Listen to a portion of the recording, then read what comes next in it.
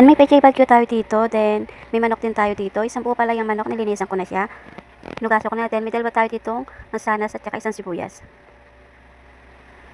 Ngayon, maghihiwa tayo ng pechay bagyo. Yung katamtaman lang ang laki. Yan, hiwain lang natin. Pagkatapos, ilalagay natin siya sa katero. Ipag-iwalay-walay natin. Ayusin natin ang pagkakalagay. Then, ilalagay na rin natin yung ating mansanas. Lalagyan na rin natin ang ating mansanas. Siniwa ko na pala yung bago natin ilagay.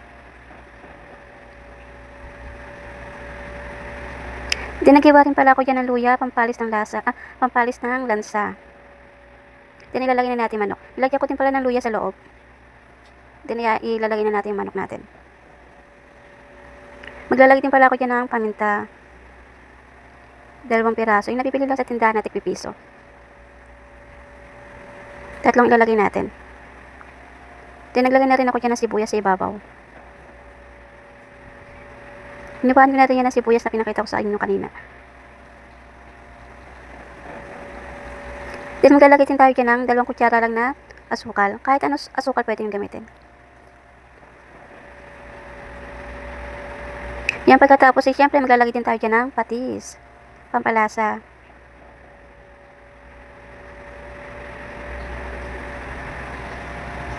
Then, maglalagay din ako dyan ng asin. Katamtama lang ng dami. Para hindi siya maalat.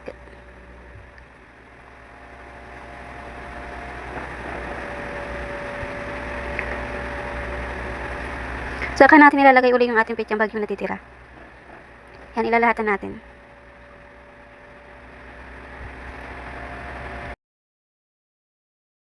Pagkatapos ay isasalin na natin siya sa kalan. Lulutuin na natin.